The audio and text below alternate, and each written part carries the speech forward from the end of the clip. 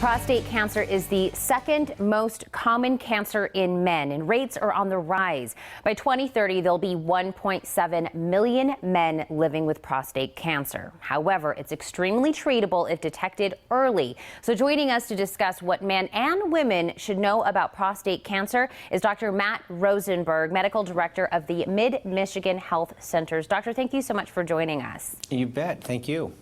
Let's start with, what are the risks for prostate cancer and how is it diagnosed? Well, the risk of prostate cancer is actually just having a prostate. You know, we talk about risk factors, family history, cultural history, geography, diet, all those things, and they do play a fact. But remember, the most important risk factor is having a prostate. Now, knowing that leads us to every man should be evaluated. And they get evaluated by going to the primary care doctor and getting a digital rectal exam and getting a PSA blood test. So when is it that men should actually get tested, and how often? Well, in regards to when they should start, there's a lot of different opinions out there. In my practice, I start at age 40. And the reason I do that is the earlier I can diagnose the disease, if it's there, the better shot I have at treatment. So when they come in the office, they get a DRE and they get a PSA. Now, depending on the initial PSA, that's going to drive my intervals for checking. See, I know something about the PSA, and every male should know this. A PSA of 1.5 is the pivotal number. Below 1.5, your risk of prostate cancer is very, very low, and I could actually be checking you at a greater interval every couple of years. If it's 1.5 or greater, that's what shows me you have a higher risk. Now, that doesn't mean going off to a biopsy. Nobody wants that. I mean, a biopsy is painful and can cause infection and is inconvenient. But if it's 1.5 or greater, I know there's that risk. There is an intermediate test to get. It's called a 4K score blood test, and that can show me your risk of an aggressive, life-threatening cancer.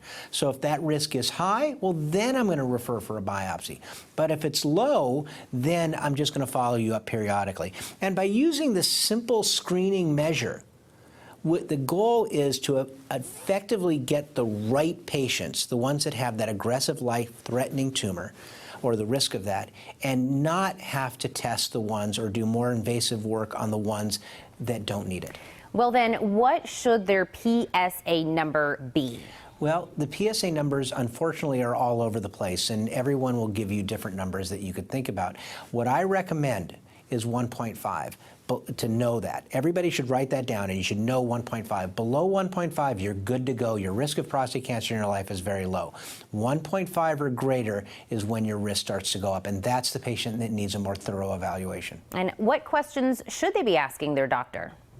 The questions a patient should be asking the doctor are really, what should I be doing the rest of my life? They come in, they make a connection with their primary care doctor, and they should be asking, what do I need to do to be healthy? So eating right, exercising, those are great questions.